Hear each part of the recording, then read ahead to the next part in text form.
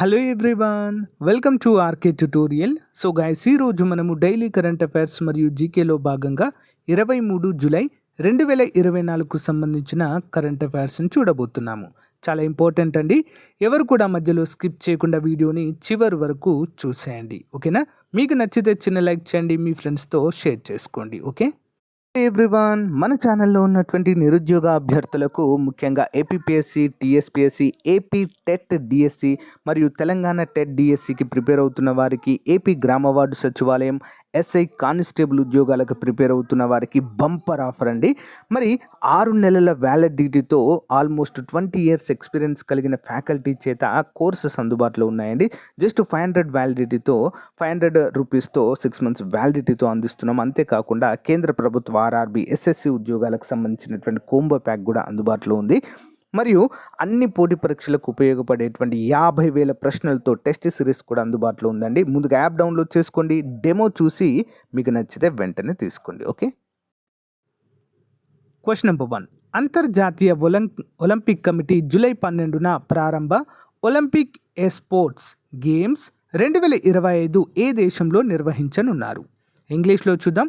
The International Olympic Committee will host the inaugural Olympic Esports Games 2025 on July 12th.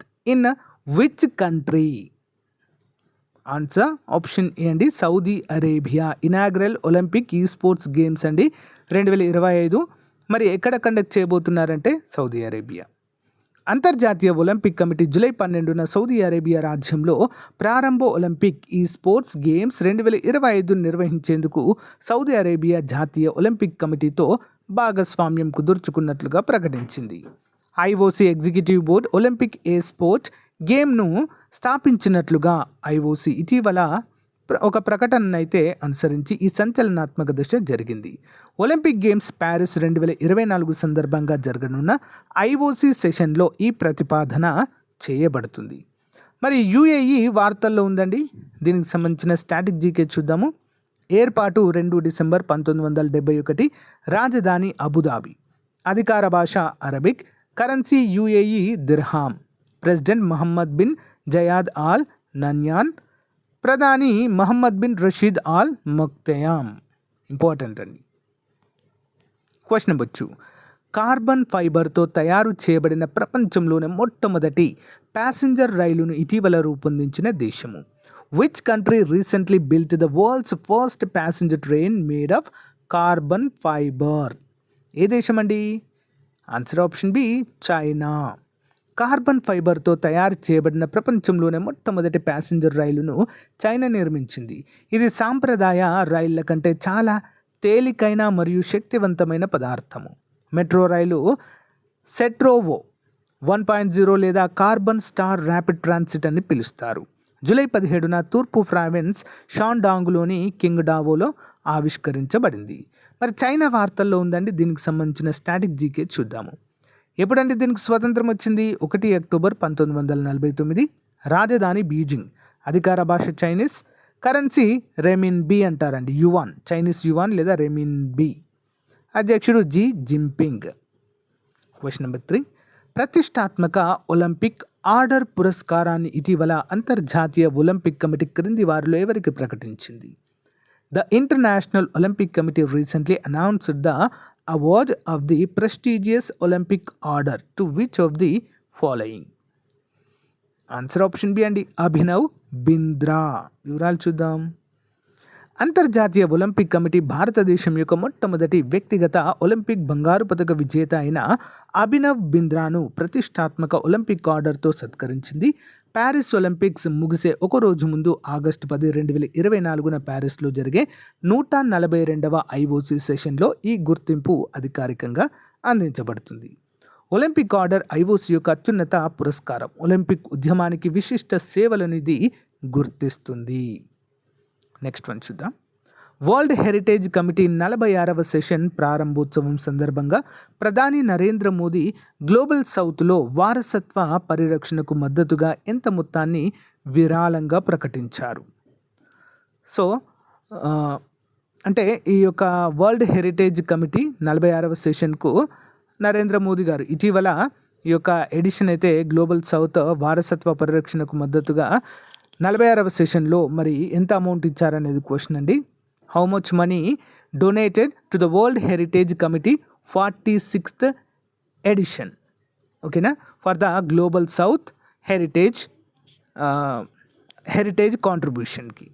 Okay, answer వచ్చేసి option D $1 million. ప్రపంచవ్యాప్తంగా ముఖ్యంగా global సౌత్లో వారసత్వ పరిరక్షణకు మద్దతుగా యునెస్కో వరల్డ్ హెరిటేజ్ సెంటర్కు భారతదేశం యొక్క $1 million విరాళాన్ని ప్రధానమంత్రి నరేంద్ర మోదీ ప్రకటించారు. న్యూఢిల్లీలోని భారత్ మండపంలో వరల్డ్ హెరిటేజ్ కమిటీ 46వ సెషన్ ప్రారంభోత్సవం సందర్భంగా ఈ ప్రకటన చేశారు. నెక్స్ట్, భారతదేశం నుండి ఇటీవల యునెస్కో ప్రపంచ వారసత్వ ప్రదేశంగా నామినేట్ చేయబడిన చరైడియో మైదామ్ సాంస్కృతిక ప్రాంతం ఏ రాష్ట్రంలో ఉంది? In which state the cultural Charaideo Maidam recently nominated as a UNESCO world heritage site from India? ఎక్కడ ఉందండి? Option D Assam. చరైడియా మైదామ్ సాంస్కృతిక విభాగంలో ఈశాన్య భారతదేశం యొక్క మొట్టమొదటి యునెస్కో ప్రపంచ వారసత్వ ప్రదేశంగా నామినేట్ చేయబడింది. న్యూఢిల్లీలో జూలై 21 నుండి 31 వరకు జరిగిన వరల్డ్ హెరిటేజ్ కమిటీ 46వ సెషన్లో ప్రధాని నరేంద్ర మోదీ ఈ నామినేషన్ను ప్రకటించారు. ఆమోదించబడితే చరైడియో మైదానం భారతదేశం యొక్క 43వ ప్రపంచ వారసత్వ ప్రదేశం అవుతుంది. ఇది సహజ వర్గం క్రింద జాబితా చేయబడిన కజిరంగా నేషనల్ పార్క్ మరియు మానస్ నేషనల్ పార్క్లలో చేరుతుంది. చరైడియో మైదానం యొక్క ప్రాముఖ్యత.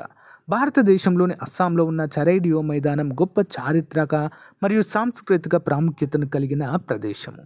ఈ పురాతన శ్మశాన వాటికలు 13వ శతాబ్దం నుండి 18వ శతాబ్దం వరకు అహోం రాజులు మరియు ప్రభువుల పాలనలో వారి కోసం నిర్మించబడ్డాయి. శ్మశాన వాటికలండి. ఓకే, మరి స్టాటిక్ జీకే బోర్డు వస్తామండి. ఏర్పాటు 21 జనవరి 1972. రాజధాని దిస్పూర్. మొత్తం జిల్లాలు 35. గవర్నర్ గులాబ్ చంద్ కఠారియా, ముఖ్యమంత్రి హిమంత బిశ్వ శర్మ. అసెంబ్లీ స్థానాలు 126, లోక్సభ 14, రాజ్యసభ 7 స్థానాలు కలవు. వైశాల్యపరంగా 16వ స్థానం, జనాభా పరంగా 15వ స్థానంలో ఉంది. నెక్స్ట్ వన్, స్వదేశీ పరిజ్ఞానంతో రూపొందించిన రోహిణి 560 సౌండింగ్ రాకెట్ను విజయవంతంగా ఎక్కడ ప్రయోగించారు? Where was the indigenously developed Rohini 560 sounding rocket successfully launched recently? ఎక్కడండి? ఆప్షన్ ఏ శ్రీహరికోట, నెల్లూరు, తిరుపతి జిల్లా అండి. శ్రీహరికోట, ఆంధ్రప్రదేశ్. ఇస్రో శాస్త్రవేత్తలు సోమవారం శ్రీహరికోటలోని షార్ సెంటర్ నుంచి సతీష్ ధావన్ స్పేస్ సెంటర్ షార్ నుండి రోహిణి 560 సౌండింగ్ రాకెట్ను ప్రయోగించారు. దేశీయంగా తాము అభివృద్ధి చేసిన ఎయిర్ బ్రీతింగ్ ప్రొపల్షన్ టెక్నాలజీని ప్రయోగించడమే ప్రయోగ లక్ష్యమని శాస్త్రవేత్తలు తెలిపారు. ఈ 2 దశల ఉపకక్ష సౌండింగ్ రాకెట్కు 2 వైపులా ప్రొపల్షన్ వ్యవస్థలు, సాలిడ్ మోటార్లు కలిగి ఉంటాయి. మరి ఇప్పటి వరకు తాము ప్రయోగించిన అతి భారీ సౌండింగ్ రాకెట్ ఇదేనని అన్నారు. ప్రయోగం సందర్భంగా రాకెట్ పనితీరును పరిశీలించేందుకు పరిగణలోనికి తీసుకున్న 110 పారామితులను సాధించామని పేర్కొన్నారు. నెక్స్ట్ వన్, ప్రపంచంలో మొదటిసారిగా వ్యవసాయ అవసరాలకు అనుగుణంగా స్మార్ట్ సాయిల్ లేదా స్మార్ట్ మట్టిని రూపొందించిన దేశం. The first country in the world to develop smart soil according to the agriculture needs. Options ఏంటి? అమెరికా. నేటి టెక్ యుగంలో అన్ని స్మార్ట్గా మారిపోతున్నాయి. చివరికి మట్టి కూడా స్మార్ట్ అయిపోయింది. మీరు విన్నది నిజమే. అమెరికాలోని యూనివర్సిటీ ఆఫ్ టెక్సాస్ పరిశోధకులు స్మార్ట్ మట్టిని ఆవిష్కరించారు. ప్రస్తుతం ప్రపంచవ్యాప్తంగా పెరుగుతున్న జనాభాకు అనుగుణంగా ఆహార ఉత్పత్తి జరగడం లేదు. నీటి కొరత, ఎరువుల వినియోగం వ్యవసాయ రంగంలో పెద్ద సవాలుగా మారాయి. ఈ సమస్యను అధిగమించేందుకు టెక్సాస్ పరిశోధకులు ప్రత్యేకంగా తయారు చేసిన హైడ్రోజెల్ను మట్టితో కలిపి స్మార్ట్ మట్టిని రూపొందించారు. ఇంపార్టెంట్. 2024 ప్యారిస్ ఒలింపిక్స్ అధికారిక మస్కట్ పేరేంటి? What is the name of the official Muscat of the 2024 Paris Olympics? ఏంటండి దాని పేరు? Freeze. Okay, freeze. Option A freeze. చూద్దాం వివరాలు. ఒలింపిక్స్ అనగానే మనందరికీ 5 రింగుల చిహ్నంతో పాటుగా ఓ ముద్దొచ్చే మస్కట్ కూడా గుర్తొస్తుంది. ఈసారి ప్యారిస్ ఒలింపిక్స్ 2024 ఒలింపిక్స్లో పెద్ద నీలి కళ్ళతో ఉన్న ఫ్రీజ్ అనే మస్కట్ను అభిమానులను అలరిస్తున్నట్లుగా అయితే పేర్కొన్నారు. నెక్స్ట్ వన్, కేంద్ర బడ్జెట్ 2024-25కి గాను ఆంధ్రప్రదేశ్ మౌలిక సదుపాయాల అభివృద్ధికి ఎంత కేటాయించారు? How much has been allocated for infrastructure development in Andhra Pradesh in union budget 2024 and 25? Answer option A 15,000 కోట్ల రూపాయలు.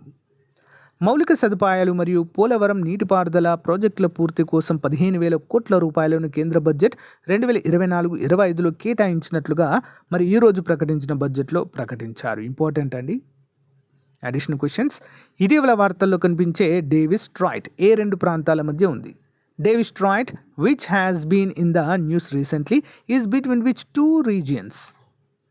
ఆప్షన్ బి గ్రీన్లాండ్ మరియు కెనడాల మధ్య ఉంది.